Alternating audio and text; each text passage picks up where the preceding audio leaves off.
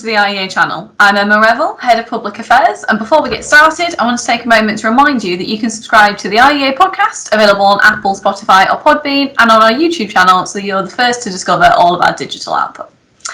Socialism remains a hugely popular idea among Western Millennials, but mention a specific example of socialism in the presence of a true believer, and you'll be sure to get a lot of wailing and gnashing of teeth. That's not real socialism, they'll cry. Today, we're joined by two people who have spent some time in the socialist utopia of yesteryear, Venezuela. Jesus Amas is a Venezuelan politician and activist who spent most of his life there and who is currently in the process of setting up a libertarian think tank in the country. Roberto White is a British Venezuelan student of politics and international studies at the University of Warwick and who lived in Venezuela from 2004 to 2010. Both are part of the IEA's internship programme, and if you want to find out more about that, the information is available on our website. We're also joined by Dr Kristian Niemietz, who's the IEA's head of political economy and whose book, Socialism, A Failed Idea That Never Dies, contains a chapter on the attitudes of Western intellectuals towards Venezuela's socialist experiment. So welcome all three of you. Thanks very much for joining me. A question to Jesus and Rob first. Venezuela was in the news a lot quite a few years ago in the UK when the country's humanitarian crisis escalated, but since then things have quietened down from a UK perspective. What is the situation like now? Is it that the situation has stabilised, or has the UK news just moved on? And what is it like living under the once framed socialism of the 21st century? Well, Emma, let me tell you that in the middle of a pandemic, it's really difficult to stay in news. Every country has their own domestic problems right now, but the situation in Venezuela is every day worse. Just a few weeks ago, the High Commissioners for the Human Rights of the United Nations released a report talking about the human rights violation in the country. For example, in the report, they talk about tortures, about extrajudicial execution by the security forces of the country. They talk about rapes. They talk about the humanitarian situation of the Venezuela right now. For example, in this moment, the people from Venezuela don't have drinking water. They suffer every day from blackouts.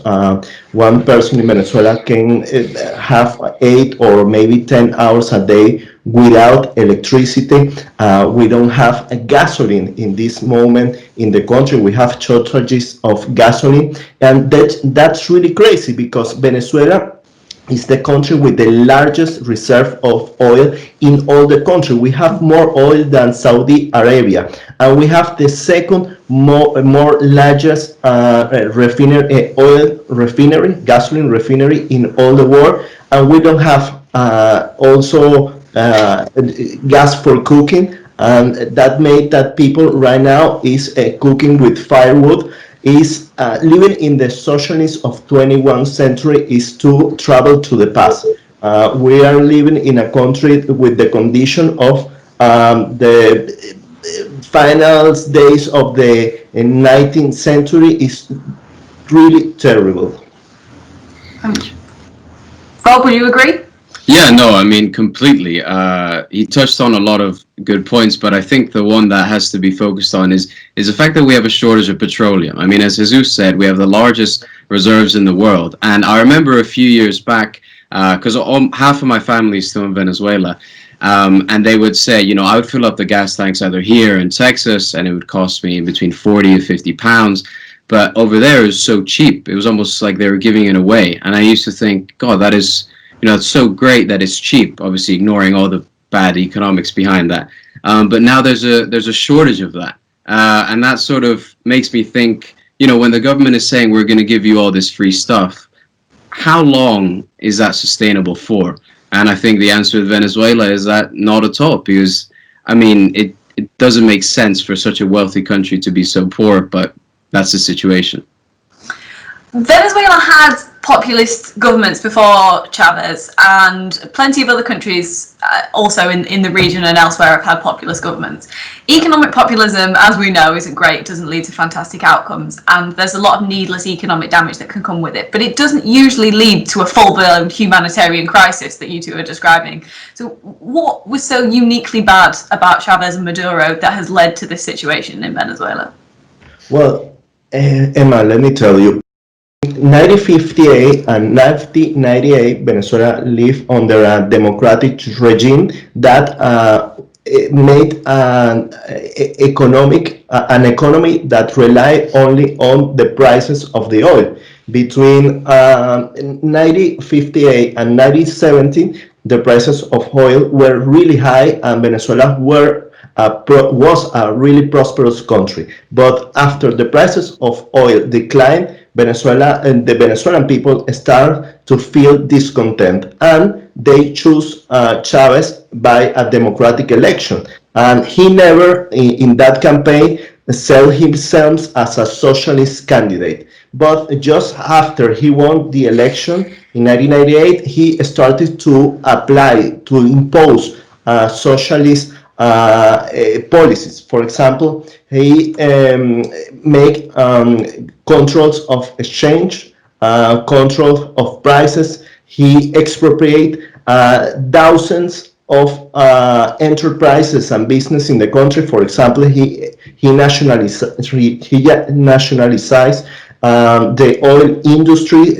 He expropriated companies and ExxonMobil, Conoco's, Phillips, but he also expropriated supermarkets. He expropriated toilet paper industry. That was something that turns the country onto socialist and also destroy the economy. It's really sad that a country that had so much potential is right now living. The people is living under a minimum wage that is around $1 a month. It's a real tragedy, and right now there is also a lot of repression in the country. If you combine socialist policies in the economics and repression, you have the perfect storm, and we have right now the most terrible humanitarian crisis in all the world, and the second largest immigration crisis in all the planet, just after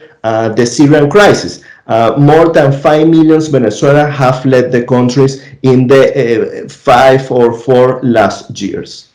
I mean, that's an astonishing amount of people trying to escape. Rob, would you agree it's the perfect storm, as Jesus put it?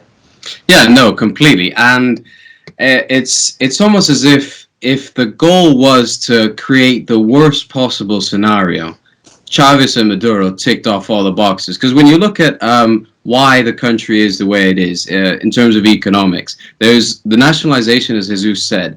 But the problem with that is that, especially with the oil company, Chavez replaced all the people in important positions, not with engineers, not with geologists, with just loyalists who would say yes to whatever Chavez ordered them to. And you can't run a company with the interest of the president as your main business goal. Your main business goal should be to make a profit and to continue your operations. And so this led to a lot of capital flight because private businesses obviously weren't assured that they were going to continue their operations. And then another thing that Jesus said was the social projects. Chavez believed that the price of oil was going to be at 80 to 100 barrels of $80 to $100, forever. And so he would put the Venezuelan expenditure at that price. The problem is that, completely denies how the global oil market works. It fluctuates, it goes up and down. So when the price of oil got to $40 a barrel, the reserves started drying up because how are we going to pay for all this debt? So one of the main problems was the fact that he was spending a lot of money on social programs while simultaneously getting rid of all of the capital, all the private capital that could be used to fund these programs. So it was just economic incompetence, essentially. Kristian, I'll bring you in. Venezuela used to have a lot of Western cheerleaders, even if a lot of them deny it now. You've written about it extensively in your book, as I mentioned in the introduction. Where did this Venezuela mania come from? Well, before Chavez, there was almost no interest in Venezuela in the Western media. I remember when I wrote the paper, I looked at various newspaper archives, and from the years before Chavez, there's basically nothing. Then, when Chavez was first elected, it doesn't immediately change drastically. You can find a handful of Guardian articles from about his first term in office, but those articles are not enthusiastic yet. They're quite descriptive, quite neutral. That's because they don't know what to make of him yet. They're a bit confused by him. They don't really know how to describe his political ideology. They certainly don't call him a socialist, and that's because he doesn't do that himself at that stage. As Jesus already said, he doesn't initially call himself a socialist. He doesn't use that word at all until 2005, in fact. You get the situation in the Western media changes a bit after the military coup of 2002, because now Chavez is sort of the underdog, and now for the Guardian and papers like that, he takes the right boxes. So from then on, you get a lot more Venezuela coverage, and the tone changes a lot. Now it's much more sympathetic. Now the Guardian is clearly fully on Chavez's side. So there are, at that point, you can find the first Western Chavistas, but these are usually people from the old school left. It's people like Ken Livingstone. It's people like Ken Loach. But the trendy hipster left is not yet really on board with it. That only starts in 2005 when Chavez starts to call himself a socialist, and he does that in a particular way. He's a particular catchphrase, which is socialism of the 21st century, and that becomes an overnight success. A couple of months later, that becomes the New York Times uses that phrase in headlines. In 2005, Chavez gives a talk at the World Social Forum, which is a gathering of anti-capitalist groups, and there he talks about his socialism of the 21st century. It immediately becomes an overnight success. He becomes the star of that event. A couple of days later, there's an article in The Guardian with the title, Hugo Chavez, Superstar. And it's true, he really is a superstar from that moment onwards. A year later, he travels to Europe and gives a talk in Vienna, and thousands of people turn up. Now, this is quite extraordinary because at that stage, if you think about what would have happened if this had been the president of Peru or the president of Colombia, how many people would have turned up to listen to them? Maybe a few expats, maybe a few Latin America specialists, but in Vienna, they really have thousands of people turning up. It's like a Corbyn rally, basically, except it's 10 years too early and in the wrong city.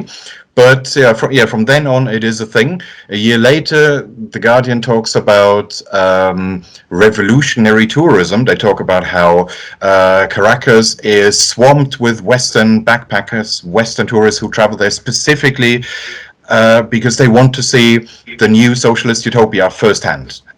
They want to travel to the new mecca of socialism. And then from a couple of years later, to the 2010s, if you look at the publications of groups like the Venezuela Solidarity Campaign in Britain, the people who they quote with pro-Venezuela statements, it's basically like a who is who of the British left. So Owen Jones is, of course, one of them. Travels there several times and then writes enthusiastic articles about Chavismo. Half of Corbyn's shadow cabinet is part of it, or Corbyn's then future shadow cabinet, now ex. And it's people like Diane Abbott, John McDonnell, Corbyn himself, obviously, Richard Bergen, and all the general secretaries of all the big trade unions. So the Trades Union Congress, Unite the Union, Unison Communication Workers Union, they're all part of this pro-Venezuela crowd. And it's particularly interesting to look at what it is that they're saying, because if you say something positive about a foreign government, that doesn't mean that you agree with everything they do, or that you want your own country to be exactly like that. If I say, for example, that housing is cheap in Texas, that land use planning policy in Texas is a good thing, that doesn't mean that I want Britain to be like Texas. I'm praising one specific thing, but the Venezuela cheerleaders are not like that. they never just talk about individual policies. They always talk about Venezuela as a model. They say Venezuela shows that there is an alternative. Venezuela shows that a different world is possible. They always talk about it in those grand narrative terms. So they really see it as something that isn't just a success story, as they then see it, in its own right, but something that we in the West should actively learn from and try to emulate. Owen Jones says this literally in some talk where he says, it's very important to me that we don't just think of Venezuela as something that's happening elsewhere, but as a model that gives us all hope. So therefore this focus on the catchphrase socialism of the 21st century, the main claim is that Venezuela is the living proof that socialism does work and that it can be totally different. So, Jesus and Rob, having lived under socialism, specifically the Venezuelan socialism, how does it feel to have Western hipsters basically tell you that socialism is great and you just don't understand it? I'm going to start with Rob. So I'm in my final year at Warwick, and when I first got to Warwick, they have these fairs, societies fairs, when you go and look around.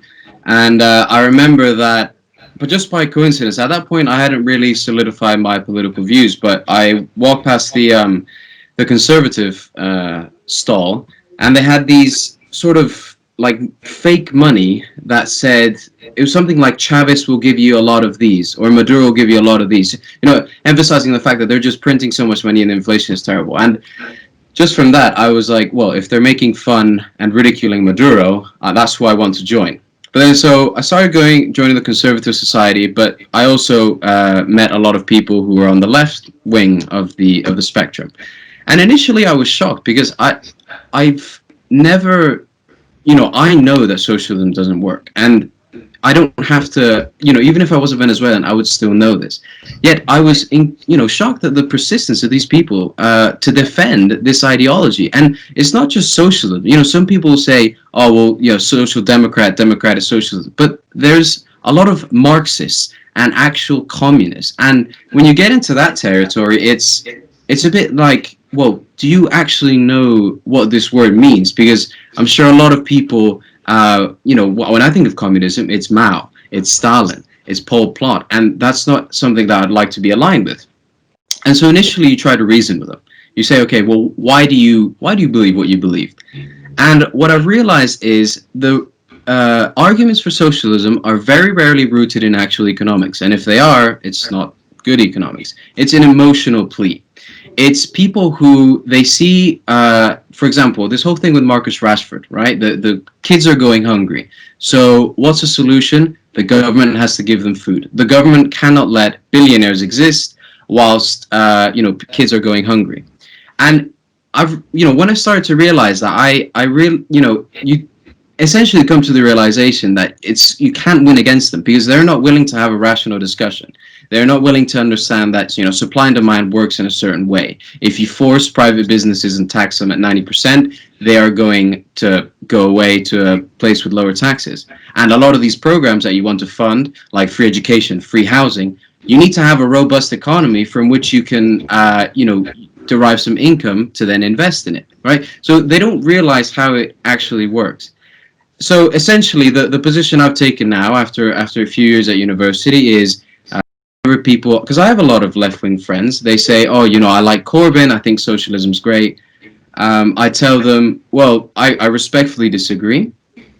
And what I found is that when I then say, oh, I'm actually half Venezuelan, they usually are like, oh, yeah, I understand where you're coming from. But if it was just a person from London, an Englishman, saying, oh, capitalism is the best alternative, they sort of look in hesitation. But the facts don't change. Whether I'm half British, half Venezuelan, or German like Kristian, the fact is that socialism has destroyed Venezuela and tons of other countries. Jesus, how do you feel when you see people with sort of Chavez t-shirts and holding it up like it's a good idea? I mean, it's not, but it must hurt to see that, right? I feel sad for them because the truth is that they believe on an utopia. They believe in something that doesn't exist, that is not true.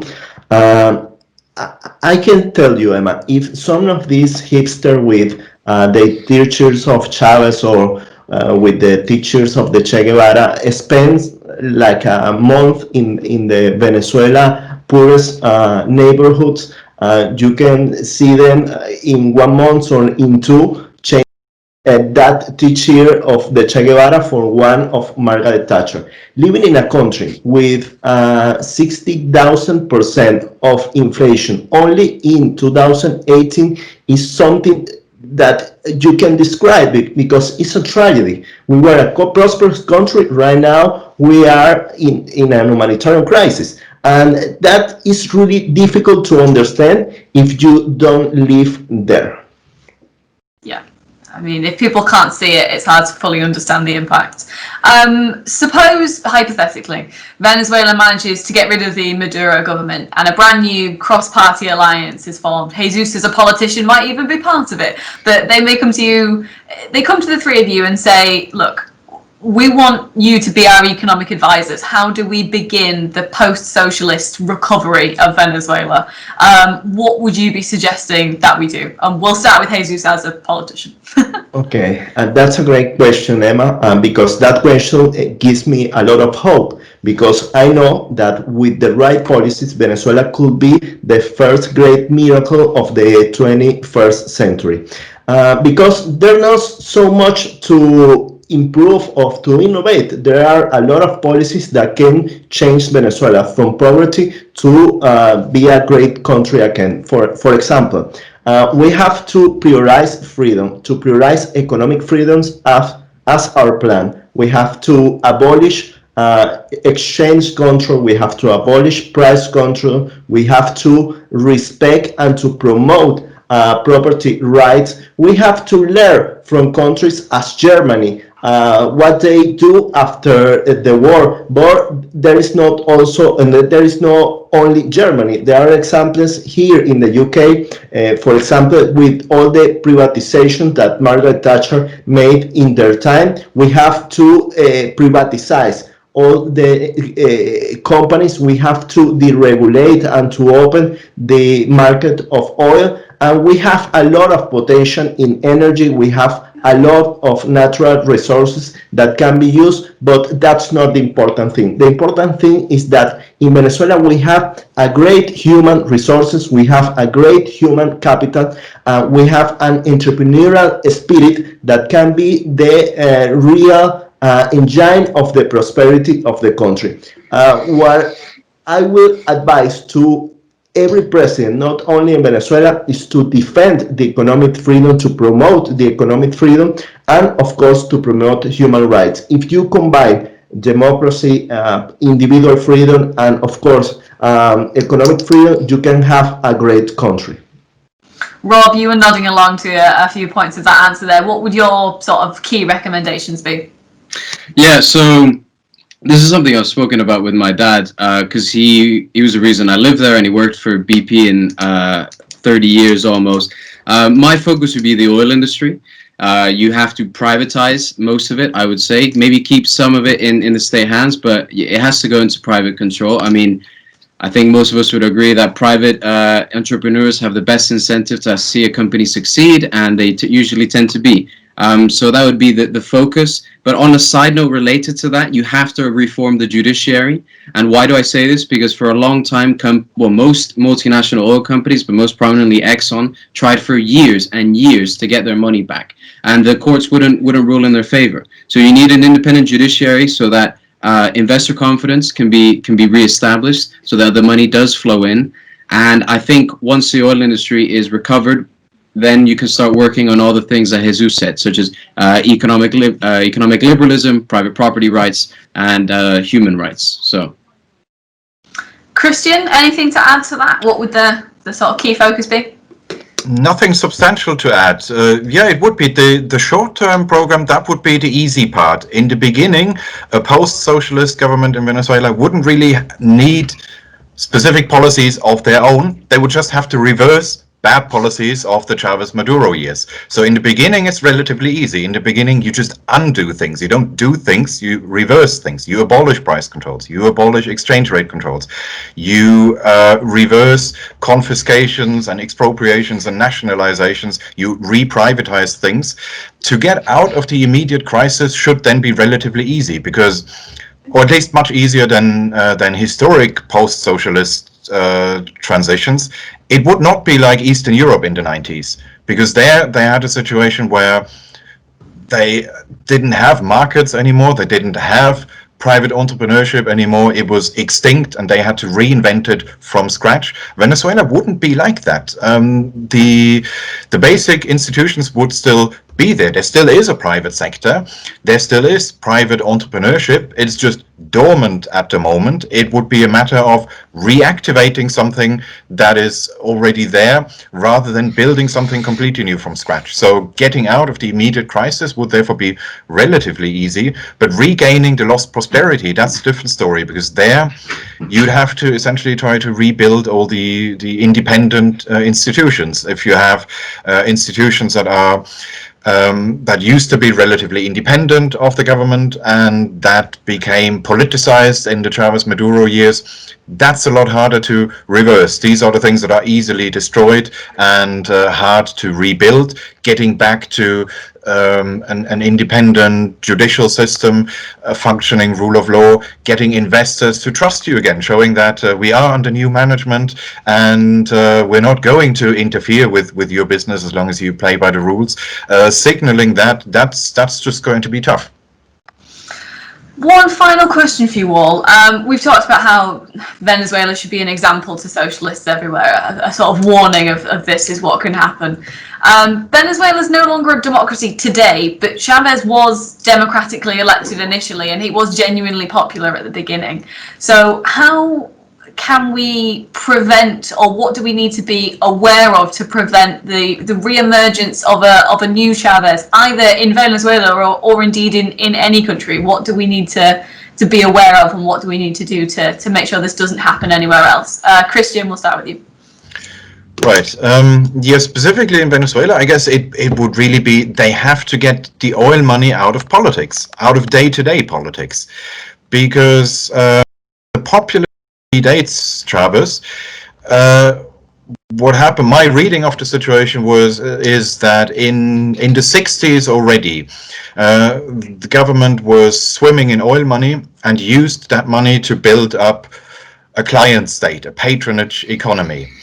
And that got worse than even in the 70s, while during the oil price boom. And what happens then is you create an expectation. People expect the government to, the government tries to buy support with its oil resources, and people get used to that. And people expect the government to create jobs or create all sorts of social programs for them.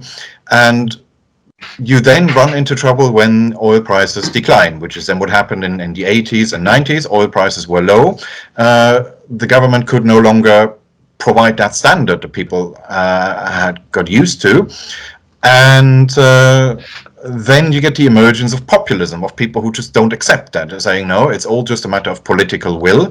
The money is there. The government just doesn't want to spend it. It's all about getting the right kind of politician in place, and then Chavez became that politician. And he was lucky, of course, because then as soon as he took office, oil prices went up again, and then he could actually fulfill those promises.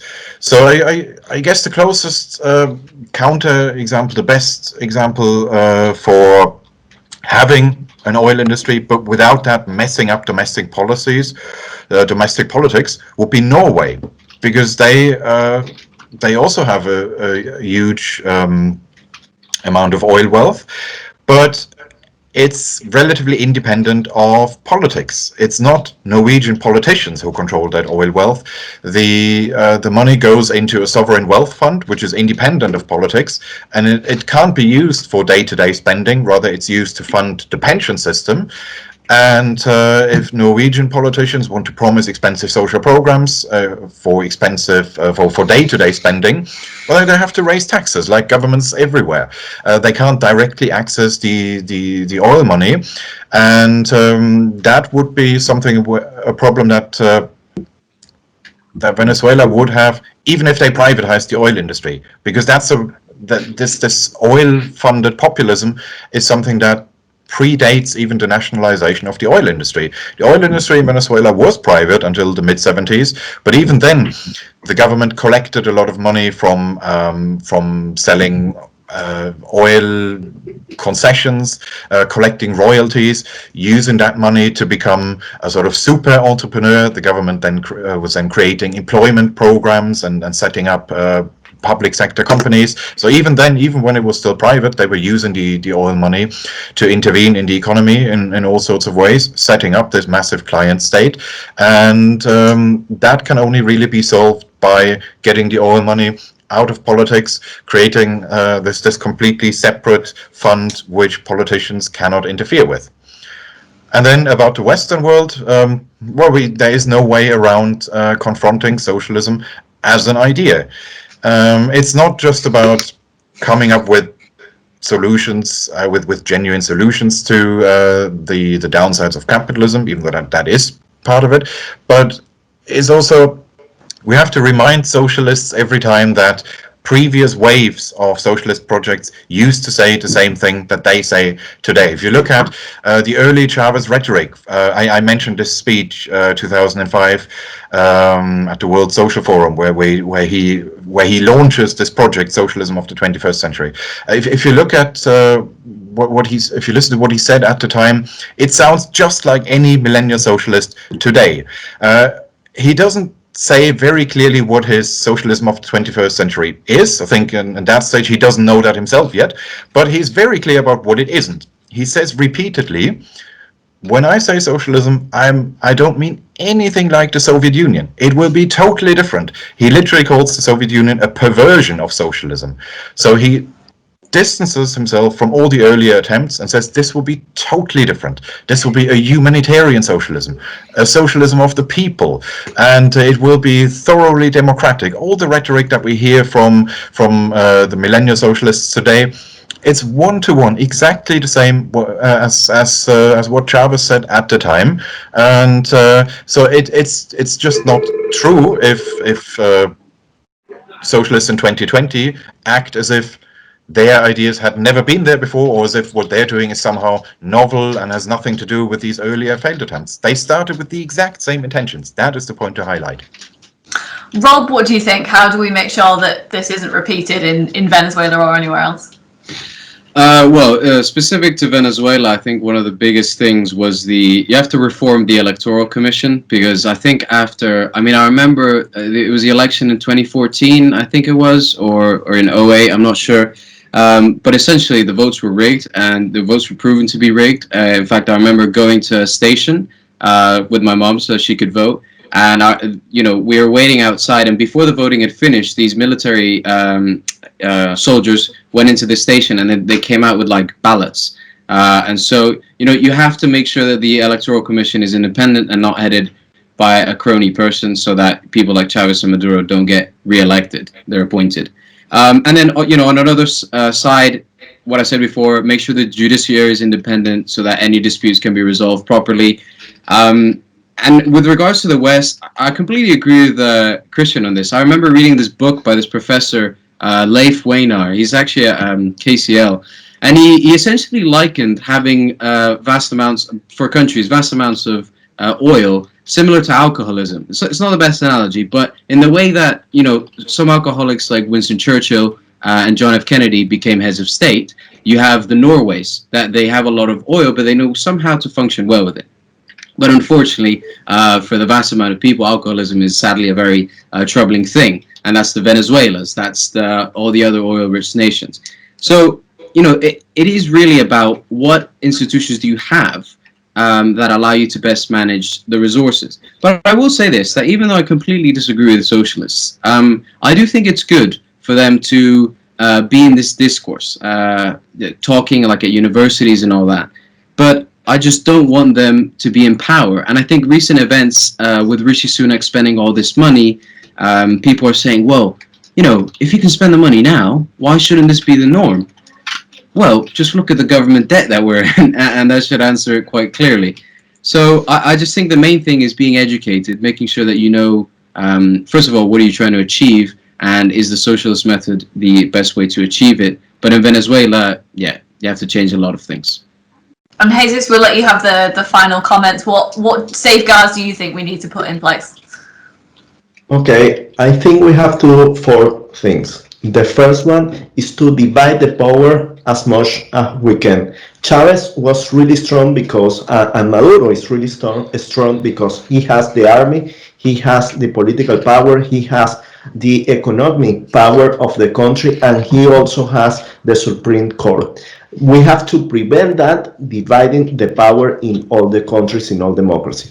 The second thing we have to do is to have really, really strong institutions. We need a really strong Supreme Court, a really limited government, but strong in their basic functions.